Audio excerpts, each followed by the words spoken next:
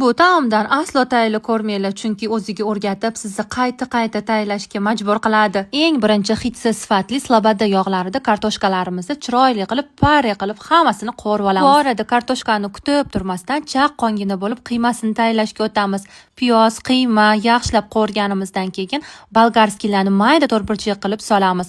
Tuz, o'zingiz yaxshi ko'rgan pripravkalar va tomat qo'shib yaxshilab aralashtiramiz va 15 daqiqaga dimlab qo'yamiz. Endi ovqatimizni eng qiziq joyiga keldi. Shu joyiga kelganda o'zim ham rosa qiziqib ketdim.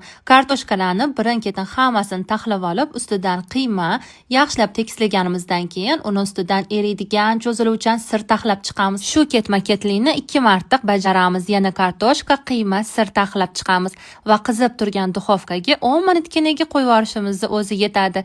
Eng mazali ovqatimiz tayyor. Slobodani gribnoy souslariga botirib mazza qilib yeb olamiz. Tayyorlab ko'rmagunizcha mazasiga ishonmaysiz.